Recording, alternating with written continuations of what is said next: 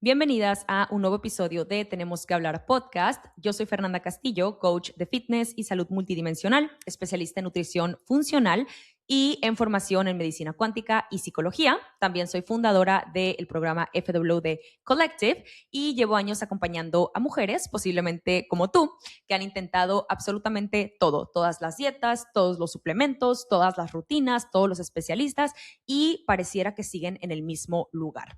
Mi trabajo es acompañarte a que te hagas las preguntas que nunca te has hecho para que puedas llegar a lugares a donde nunca has ido en todas las áreas de tu cuerpo. Me encuentras en Instagram como @FernandaFWD y si quieres saber más de FWD Collective, lo puedes encontrar dando clic a el link que está en mi perfil. Y ahora sí vamos a empezar con el tema de hoy, que creo que este episodio específicamente va a ser invaluable para todas las mujeres, independientemente de que tengas el diagnóstico o no, porque te vas a dar cuenta a lo largo de toda la información que te voy a compartir que en el tema de hoy, que es el síndrome de ovario poliquístico, es muy común que un porcentaje bastante grande de mujeres alrededor del mundo sufran de estos síntomas y van por la vida sin un diagnóstico y evidentemente sin un tratamiento como tal. Entonces, vamos a partir definiendo qué es. ¿Qué es el síndrome de ovario poliquístico? Porque creo que lo escuchamos muchísimo, principalmente en redes sociales. Ya hoy en día hay muchas mujeres que son bastante abiertas respecto a su proceso con síndrome de ovario poliquístico, a diferentes intervenciones que han incorporado a lo largo de su vida. Sin embargo, creo que como todo y como muchísimos otros temas, independientemente de que sea un tema que pues se habla tan comúnmente, creo que aún así vamos por la vida sin claridad de lo que compete el tener este diagnóstico y el cómo abordarlo. Entonces, vamos a partir de definirlo. Primero necesitamos entender que el síndrome de ovario poliquístico no es como tal una sola cosa. Y considero que este es el punto más importante del episodio porque uno, creo que nadie te lo explica, hablando de especialistas como tal. Y si sí, tienes un excelente ginecólogo, un excelente endocrinólogo, pero creo que realmente muy pocas personas se dan el tiempo de, al momento de dar el diagnóstico, especificar a qué se refieren con esto. Para que a ti te den el diagnóstico de síndrome de ovario poliquístico, necesitas tener al menos 2 de estas 4 características, lo cual significa que 2 mujeres pueden tener exactamente el mismo diagnóstico por razones completamente distintas. ¿Cómo se define el SOP? Es una manifestación física que se describe como un cuadro en donde suelen coincidir al menos 2 de las siguientes. Y esto es el criterio de Rotterdam. La primera es alteraciones en las hormonas sexuales femeninas. ¿Qué significa esto? Andrógenos elevados. Por ejemplo, tus niveles de testosterona más elevados de lo normal, cambios en tus niveles de estradiol y progesterona. Por ejemplo, la cantidad de estradiol que progesterona en tu fase lútea, lo cual puede denominarse como una dominancia estrogénica o dominancia estrogénica relativa, que puede traer consigo estos síntomas muy fuertes de síndrome premenstrual antes de tu periodo e incluso también podemos ver deficiencia de ambas. Ahora, para entenderlo aún mejor, quiero que imagines que tu ciclo menstrual es como si fuera una obra de teatro que pasa todos los meses dentro de tu cuerpo. El estradiol es una hormona que es como la encargada de preparar el escenario. Es el que pone las luces, acomoda las sillas, prepara todo para que pase algo importante. En este caso, vamos a decir que es la ovulación. Después tenemos a la progesterona, otra hormona que esta es encargada de cuidar, entre comillas, el escenario después del evento. Se asegura de que todo esté listo por si llega algún invitado extra. En este caso sería un embarazo. Entonces, en un cuerpo que funciona de manera típica, vemos que primero sube el estradiol, el cual va a preparar el escenario, ocurre el evento, en este caso la ovulación, y después sube la progesterona, cuida y mantiene el escenario listo en caso de que haya un embarazo. ¿Qué es lo que pasa en el SOP?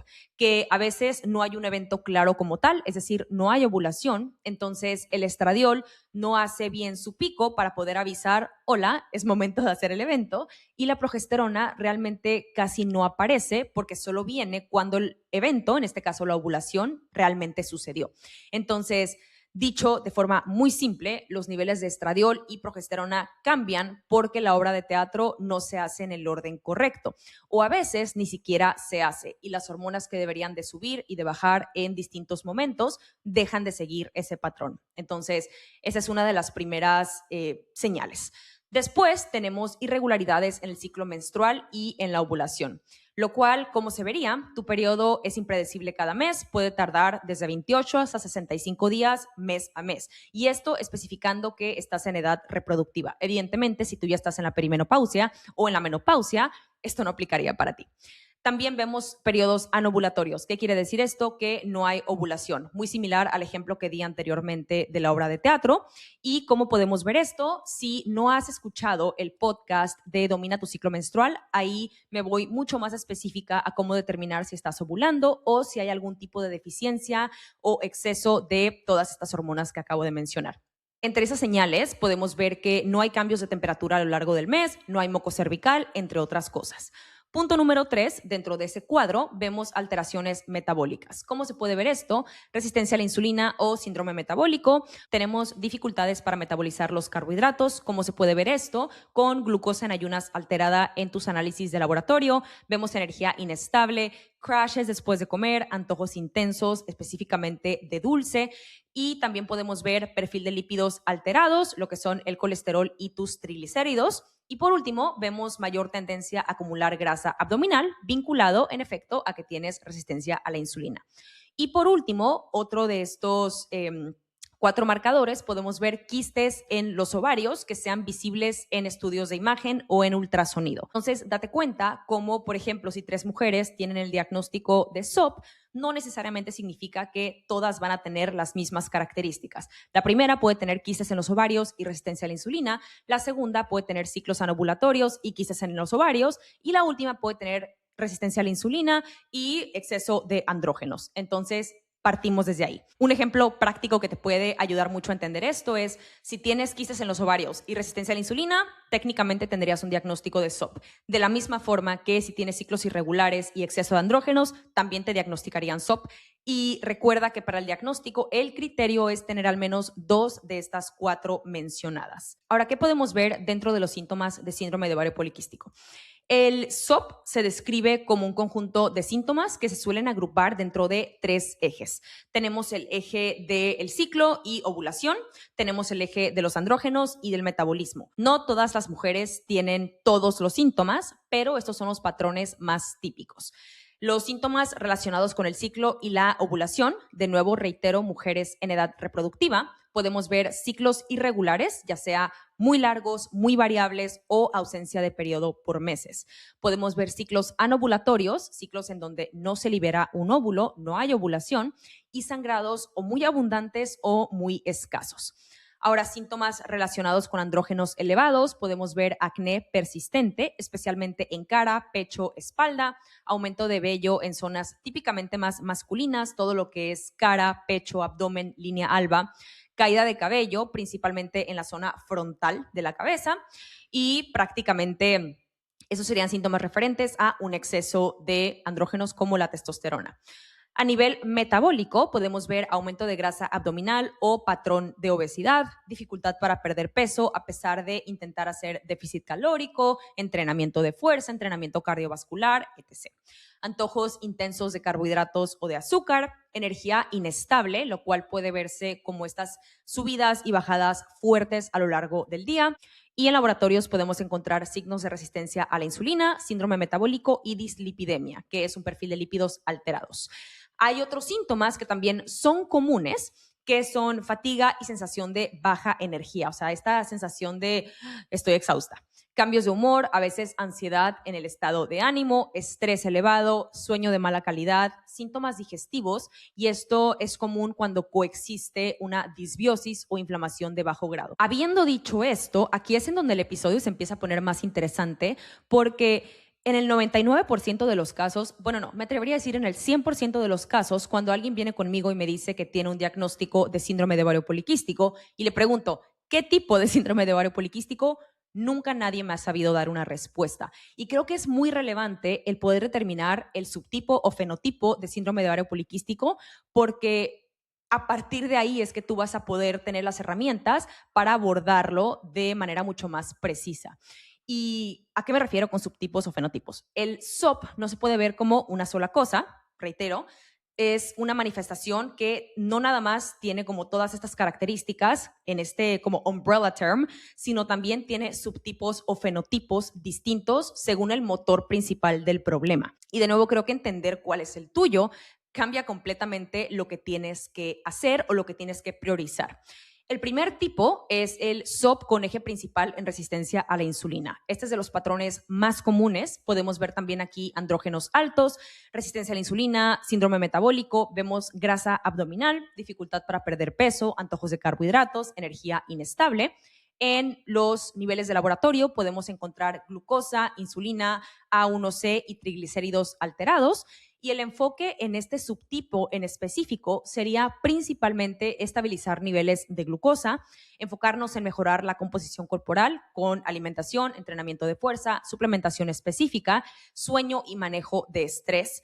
Todo lo que prácticamente abordamos en FWD Collective en la fase 1, que son los cimientos, el ritmo circadiano, higiene del sueño, alimentación funcional, entrenamiento de fuerza específico, manejo de estrés y suplementación a deficiencias. El otro subtipo tenemos el SOP con eje principal inflamatorio. El énfasis aquí está en la inflamación crónica de bajo grado, incluso aunque la resistencia a la insulina no sea tan marcada. ¿Qué podemos ver en los laboratorios? Podemos ver CRP elevado o relación CRP-albumina alta.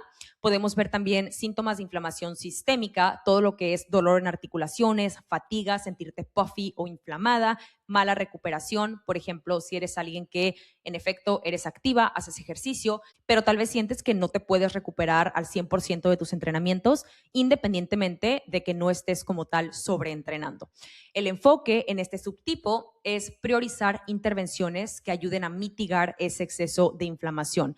Buscar realmente priorizar la calidad en la alimentación, salud intestinal, higiene del sueño, manejo de estrés, incorporar antioxidantes y, evidentemente, muy importante, hacer un trabajo a nivel más profundo respecto a sistema nervioso, trabajo de trauma, emocional, psicológico, etcétera. The good stuff. Después tenemos el síndrome de ovario poliquístico post-píldora, que está vinculado a anticonceptivos. Aquí que podemos ver ciclos disfuncionales o anovulación, tenemos andrógenos alterados. De igual forma podemos ver una alteración en el eje de estrés, podemos ver un metabolismo alterado, desajustes hormonales tras años de supresión ovárica. Ahora, imagínate este escenario por un momento para que entiendas a qué me refiero con este fenotipo. Digamos que tú tomaste anticonceptivos por años y los dejaste, un día dijiste, ¿sabes qué? Yo no voy a seguir tomando esto. Perfecto. Y tu ciclo te das cuenta que nunca volvió a ser el mismo. Lo que pasa es que tus anticonceptivos suprimen la función ovárica. Cuando los dejas, el cuerpo es como si tuviera que reaprender a funcionar solo. Y ese proceso al inicio puede venir con estos ciclos caóticos, andrógenos alterados y todo un desmadre a nivel hormonal. Y muchas mujeres en ese punto van con el ginecólogo y les dicen tienes síndrome de ovario poliquístico. Y la realidad es que no siempre esto es correcto porque muchas veces lo que tenemos que hacer es esperar a que el cuerpo se estabilice solo, porque pues venimos después de varios años de supresión.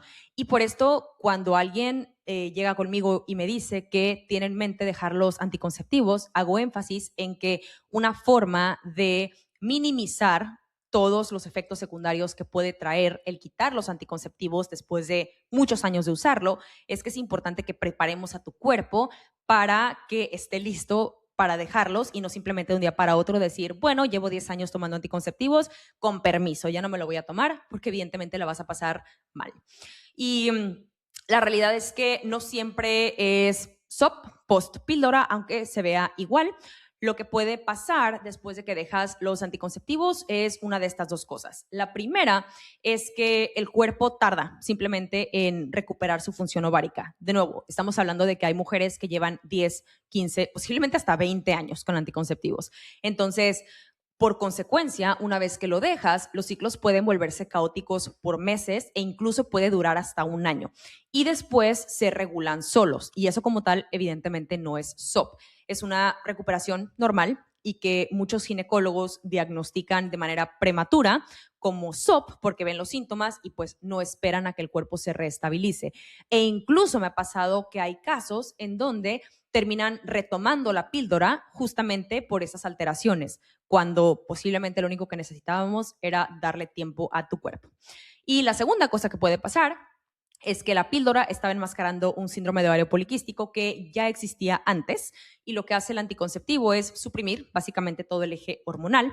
Así que si tenías SOP, pues no se veía, y cuando lo dejas, el SOP que ya existía aparece. Y el problema aquí es que desde afuera, pues los dos se ven exactamente igual. Tenemos ciclos irregulares, andrógenos elevados, podemos ver incluso quistes en ultrasonido, y por eso el criterio clínico dice que no deberías diagnosticar síndrome de ovario poliquístico inmediatamente después de dejar los anticonceptivos, sino esperar al menos 3 meses, y si hay especialistas que esperan hasta 6 meses para que el cuerpo sea capaz de recuperar su función y entonces evaluar realmente qué es lo que está pasando. Entonces, el enfoque en este caso en específico es ver el historial con anticonceptivos, tener un contexto bastante claro de cuánto tiempo llevas usándolos, cómo se comportaban tus ciclos anterior al uso de anticonceptivos y cómo fue tu proceso de dejar los anticonceptivos. Queremos ver también estado de estrés y metabolismo e implementar, muy importante, todos los cimientos que acabo de mencionar, junto con apoyo específico de acuerdo al cuadro hormonal que estemos viendo. Por último, y ese es el fenotipo que personalmente me parece más interesante, es el SOP con eje adrenal. Aquí el estrés crónico puede contribuir a elevar andrógenos, a tener ciclos anovulatorios y tener este patrón de síndrome de ovario poliquístico donde el protagonista principal es el estrés. Entonces, en estos casos es muy común que yo los vea con mujeres que son super high achievers, que les encantan estos entrenamientos de super alta intensidad, que son super workaholics y que tienen un porcentaje de grasa moderado abajo, podría atreverme a decir, en donde incluso me ha pasado que estas personas son atletas o son coaches o son personas dentro del ámbito del wellness y del fitness. Entonces, como nadie se lo imaginaría, pero cuando indagamos un poquito a mayor profundidad, nos damos cuenta que evidentemente están sobrepasando su tolerancia, no nada más en el ámbito de ejercicio, sino también induciendo estrés vía la alimentación. Evidentemente hay un trasfondo a nivel emocional y psicológico del por qué eres overachiever. Y por último, pues el sobreentrenamiento, que evidentemente no ayuda para nada. Entonces, en estos casos, además de implementar los cimientos que ya abordé previamente, queremos indagar en todas esas fuentes de estrés. Hablo a nivel físico, mental, emocional, laboral, personal, trauma previo, entre otros. Y habiendo dicho esto, ya explicando qué es el síndrome de ovario poliquístico, cuáles son los subtipos, cuáles son los síntomas, perfecto, ¿ahora qué hacemos? O sea, ya identifiqué qué fenotipo tengo, ya identifiqué cuáles son mis síntomas, como que ya tengo una idea un poco más clara de básicamente dónde estoy parada, qué puedo hacer. Principalmente, y esto lo he dicho en posiblemente todos los episodios y todas las entrevistas que tengo, es los pilares fundamentales. Antes de pensar en con qué me suplemento, incluso pensar, no sé, en cosas más como de biohacking, creo que es fundamental que tengamos nuestros pilares en orden, partiendo del más importante, que es higiene de sueño y ritmo circadiano. Asegurarnos de que estamos durmiendo bien y que estamos durmiendo suficiente. Tener exposición solar, tener exposición a la naturaleza durante el día. Es muy común que hoy en día nos la vivamos dentro de 4 paredes, enfrente de luces azules todo el día, y realmente es bastante raro que salgamos al sol, que salgamos a la naturaleza, y es chistoso que tengamos que hacer un esfuerzo consciente de hacerlo, pero realmente es uno de los pilares que va a ayudar muchísimo a tu ritmo circadiano. También otro punto es tratar de reducir la exposición a EMF y luz azul antes de dormir para poder conciliar el sueño, para poder darle la señal a tu cuerpo de que es de noche, que es momento de descansar y de repararse. Queremos estabilizar glucosa e insulina. Y yo considero que todos estos pilares son la base independientemente del tipo de síndrome de ovario poliquístico que tengas, porque una vez que realmente nos aseguramos que estés durmiendo suficiente, que estás comiendo suficiente, que tu entrenamiento tiene la dosis correcta, quitamos todas estas variables y todas estas posibilidades para poder como poner lupa en cuál es el verdadero problema. De lo contrario, si tú eres alguien que tal vez está sobreentrenando o eres súper sedentaria, duermes 4 horas al día, te la vives trabajando tipo David Goggins, pues se vuelve un poco complicado el decir, bueno, pues vamos a ponerle esta ashwagandha o ese suplemento encima, cuando cosas tan básicas como el dormir suficiente, it's not in place. Entonces, partiría de ahí, independientemente de quién seas. Estabilizar glucosa e insulina, asegurarte de que todas tus comidas tengan proteína, carbohidratos, fibra y grasa, evitar picar entre comidas. Esas de las cosas más subestimadas y creo que de las más potentes, no nada más en el ámbito de estabilizar glucosa a lo largo del día, sino también a todas las mujeres, que son el 100% de las mujeres con las que yo he platicado a lo largo de mi carrera, que tienen problemas intestinales, ya sea estreñimiento, gases, inflamación, diarrea, eruptos, que no pueden digerir o absorber nutrientes. Realmente ese es uno de los pilares que es muy subestimado y muy potente.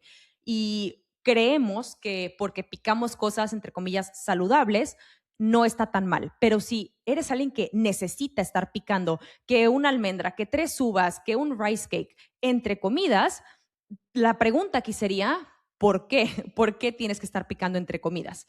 Entonces, considero que algo fundamental, asegurarte de consumir suficiente proteína, no nada más a lo largo del día, sino también en tus comidas. Veo mujeres luego desayunando un huevo y una clara. Bro, no, no. Tengo una sobrina de 1 año y medio, creo que ni ella consume esa cantidad de proteína tan ridícula en su desayuno. Asegurarte de que al menos tengas 20, 25. Si puedes sobrepasar los 25 gramos de proteína en tu desayuno, way better. Pero sé que para algunas que no están acostumbradas a comer esa cantidad de proteína, al inicio puede ser mucho. Y también con la proteína no quieres empezar de 0 a 100. Es decir, si tú eres alguien que desayuna un huevo y una clara, el día de mañana subirá 6 huevos. Evidentemente va a ser demasiado y posiblemente a tu cuerpo le cueste mucho trabajo digerirlo. Entonces, empezar de menos a más. Si eres de las que desayuna un huevo y una clara, tal vez aumentar a 2 huevos, una clara, eventualmente 2 huevos, 2 claras, eventualmente 3 huevos, 2 claras. Y de esta forma ir asegurándote de que tu consumo de proteína vaya aumentando. Reducir alimentos ultraprocesados, priorizar alimentos densos en nutrientes, aumentar el movimiento diario y el entrenamiento dosificado, evitando tanto el sedentarismo como el sobreentrenamiento.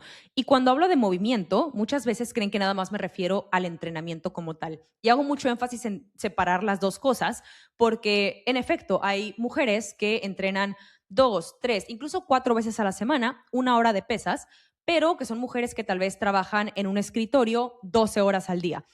Créeme que sí va a traer un beneficio el que estés haciendo entrenamiento de fuerza, pero si te la pasas 12 horas al día sentada, más 8 horas, ojalá, durmiendo, realmente no te estás moviendo más que 3 o 4 horas a la semana de 162 o 163 horas que tiene la semana.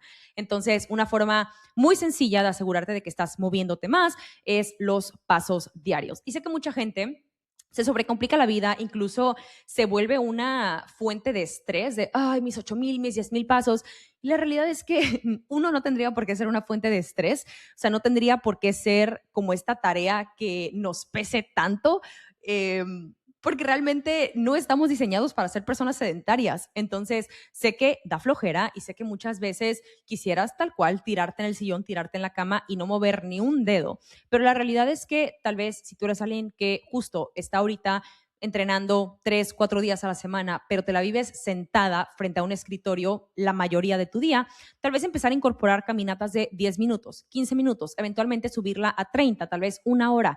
Y es chistoso como hoy en día lo vemos como insostenible el caminar 1 hora diaria. Y se los digo porque he tenido personas que me lo han dicho, cuando considero que es mucho más insostenible el tener a tu cuerpo doblado en una silla frente a luces azules, luces LED, la mayoría del día. Entonces, tratar de hacer un esfuerzo consciente por buscar formas de moverte. Y si no te es posible encontrar tiempo para caminar 5, 10, 15, 20 minutos al día, uno, puedes comprar un walking desk, que creo que es de las mejores inversiones que he hecho en mi vida. Dos, tal vez no caminatas como tal, pero hacer movimientos, no sé, subir, bajar escaleras, tratar de estacionar tu carro más lejos en el supermercado para que tengas que caminar. O sea, ponte las condiciones que te ayuden a aumentar este movimiento diario. Y no nada más hablo en términos gasto calórico o gasto energético, sino también que es crucial moverte para que tu sistema linfático pueda realmente drenar. De lo contrario, pues vamos a empezar a tener complicaciones en otras áreas. También queremos evitar estados de estrés crónico y déficit calórico prolongado, trabajo evidentemente a nivel mental, a nivel emocional, dejar de vivir a prisa en estado de hiperproductividad 24/7. Y algo muy importante, indagar a profundidad en esta pregunta: ¿cómo llegué aquí?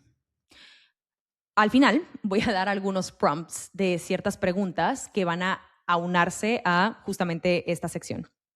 Apoyar a tu ciclo a lo largo del mes, no solo los días que tienes tu periodo, sino el dosificar tu entrenamiento según tu fase. Y con esto no me refiero, haz yoga, haz pilates en fase lútea o no entrenes en fase menstrual. No, sino dosificar el volumen y la intensidad de tu rutina para que realmente aproveches estos picos hormonales y en el momento donde tu cuerpo tal vez no sienta tanta energía, puedas aprovechar para usarlo como periodos de recuperación. Limitar cafeína y alcohol, especialmente en la segunda mitad de tu ciclo. Y por último, también muy importante, pero creo que es la cereza del pastel, una vez asegurándote que todo lo demás esté en orden, el tratar de limitar disruptores endocrinos. Tratar de usar vidrio o acero en lugar de plásticos para el agua y la comida, filtrar tu agua, elegir productos de limpieza y cuidado personal libres de tóxicos.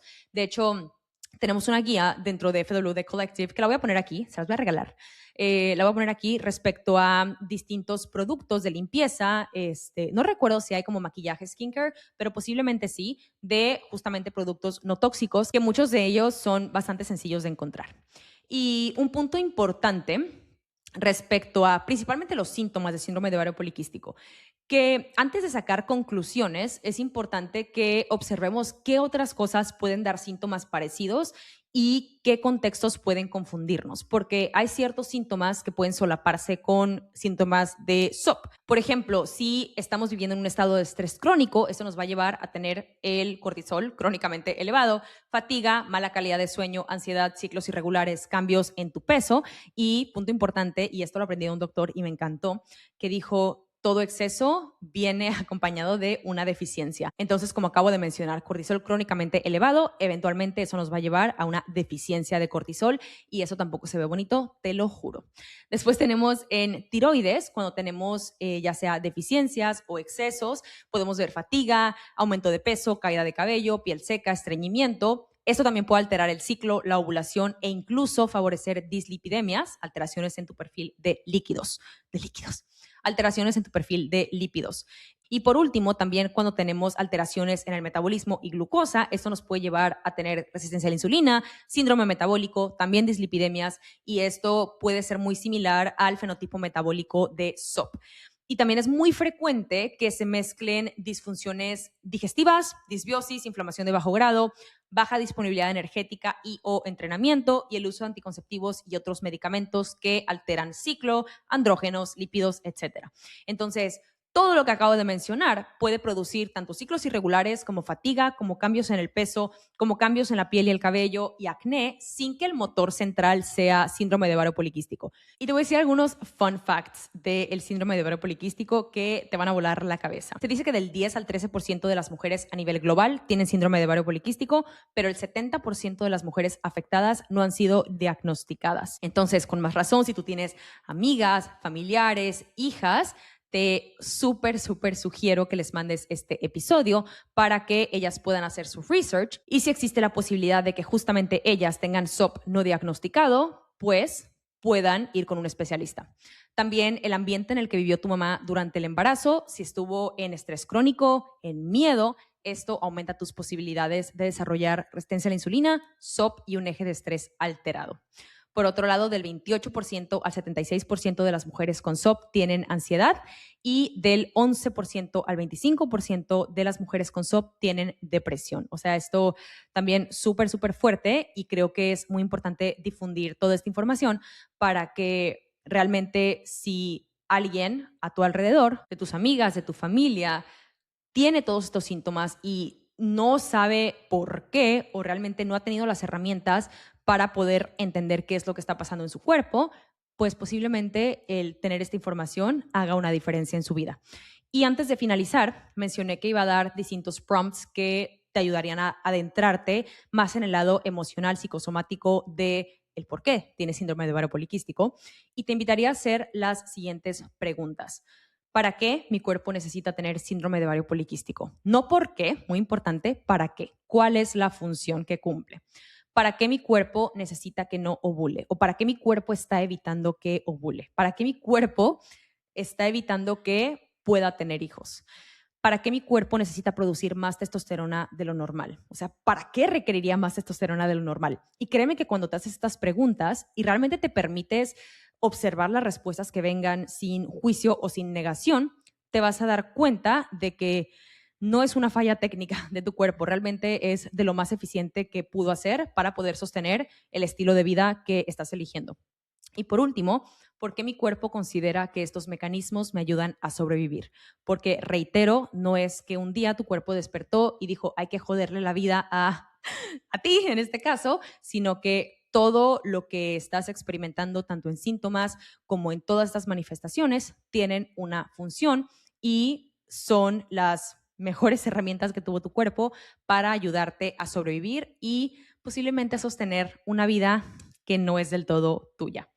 Y me ha tocado mucho con clientas, específicamente con el fenotipo de SOP con eje adrenal, que cuando presento estas ideas existe como esta negación rotunda y como este pushback, que lo entiendo al 100% porque yo cumplía con muchas de esas características, pero mucho este pushback de no, o sea, yo no voy a cambiar mi mentalidad o mi estilo de vida o mi ritmo de vida, y básicamente así pasan años hasta que se dan cuenta que pues eventualmente el cuerpo colapsa, ¿no? Porque todo lo que estás viviendo en este momento, pues son simplemente mensajes y va a hablarte y hablarte y hablarte hasta que eventualmente tenga que gritarte. Y con esto no digo que te vayas a un templo budista y no trabajes y no hagas nada de tu vida, que no tengas sueños y que no te empujes. No, sino que realmente te preguntes desde dónde están viniendo esas motivaciones, desde dónde estás forjando esta identidad tal vez de overachiever, de workaholic, de que todo el tiempo tienes que estar en este estado productivo,